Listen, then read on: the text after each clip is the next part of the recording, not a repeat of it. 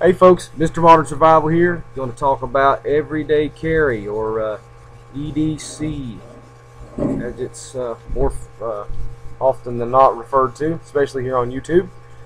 And I'm going to talk about it being a EDC being a compromise, or rather than that, a series of compromises. And so what sits before you may not look like much.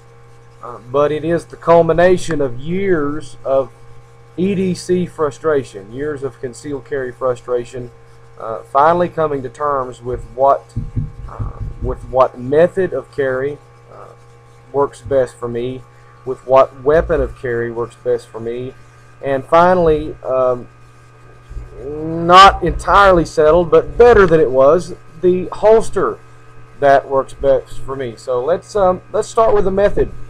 And when I say it's a series of compromises, I know that most of you who carry concealed every day, you probably have got a box, like I've got a box.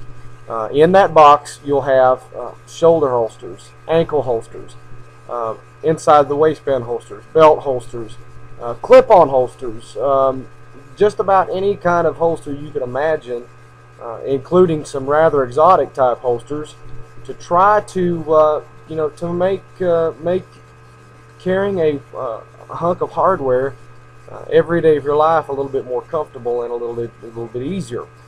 Well, I like what Clint Smith said when he said that carrying a weapon is not supposed to be comfortable, but it's supposed to be comforting.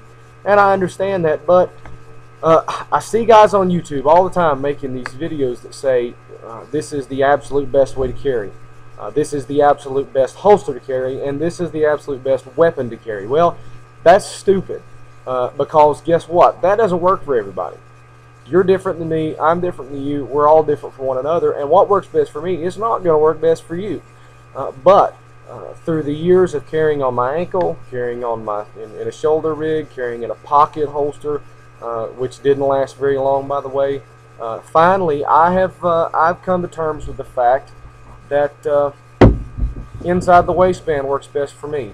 Now, this is a very simple holster. This is a Don Hume simple little leather inside the waistband holster. It's got a clip.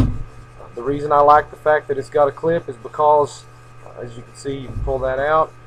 If I need to go into the bank or the hospital or something of that nature, and I'm not allowed to carry a concealed weapon in that place, then all I have to do is reach down and pull that clip and pull the holster and the weapon all out in one whack.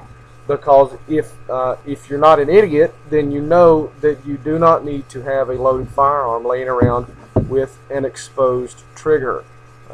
That will cause you to accidentally get your booger hook on the bang switch, and somebody's going to get hurt. So you want to leave that thing in the holster at all times when it's loaded, and you don't want to have to be performing two operations at one time. In other words, I wouldn't have to take my firearm out of the holster, set my firearm down, then take the holster off, which would probably involve me untucking my shirt or unbuckling my pants, which, let's just face it, in public looks weird. So that's why I'm here. That's why I'm on this holster. Now, let me qualify that and say this: my next EDC purchase will most likely be a white hat holster.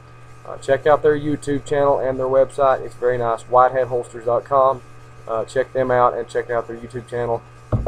This will probably morph one more time at least into a white hat holster. I really like the way those look, and I think I like the way they feel. So as far as method of carry, it has evolved to inside the waistband. As far as holster, everyday carry holster, it has evolved into this very simple little Don Hume inside the waistband holster.